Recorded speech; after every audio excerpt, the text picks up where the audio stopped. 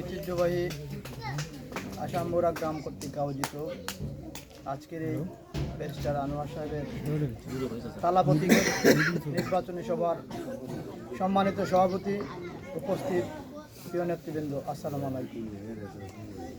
আমরা এই দক্ষিণ সুনামগঞ্জের মানুষ অত্যন্ত শান্তিপ্রিয় মানুষ, আর আমরা এই শান্তিগঞ্জের সুনাম ধরে রাখতে আমাদেরকে শান্তির যে বাতাস সেটা জগন্নাথপুরে আমাদেরকে পৌঁছে দিতে হবে। আমরা স্বাধীনতার 53 বছর পরেও আমরা স্বাধীনতার আগে বা স্বাধীনতার পরবর্তী সময়ে এই দক্ষিণ সুনামগঞ্জের এই আসন অত্যন্ত মর্যাদাপূর্ণ একটা আসন। এই আসন থেকে যতবার এমপি নির্বাচিত হয়েছেন অত্যন্ত গুণীজন, অত্যন্ত সম্মানী মানুষ। এই মানুষগুলোই গোটা বাংলাদেশের নেতৃত্ব দিয়েছেন।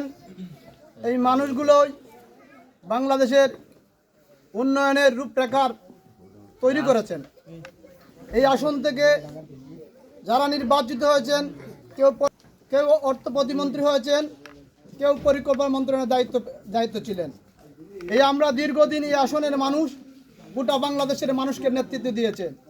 তারই ধারাবাহিকতায় আজকে আমাদের মাঝে যিনি এসেছেন, উনি আমাদের পার্শ্ববর্তী ইউনিয়নের একজন মানুষ। উনি ব্যারিস্টারি পাশ করে এই প্রত্যন্ত অঞ্চলের মানুষের ভাগ্যের উন্নয়নের জন্য এই মান্নান সাহেবের যে অসমাপ্ত কাজগুলো রয়ে গেছে, এই অসমাপ্ত কাজগুলোকে পরিপূর্ণ করার স্যার আনোয়ার সাহেবের আমরা মনে করি দক্ষিণ সুনামগঞ্জ তথা জগন্নাথপুরের মানুষ ওনার প্রয়োজন আছে। আমরা যদি এই 5 বছর ওনাকে নির্বাচিত করে আগামী জাতীয় সংসদের নেতৃত্ব দেওয়ার জন্য তৈরি করে দিতে পারি, আমরা বিশ্বাস করি আমরা শান্তিগঞ্জের মানুষ, জগন্নাথপুরের মানুষ, ওনার কাছে আমরা আস্থা রাখতে চাই।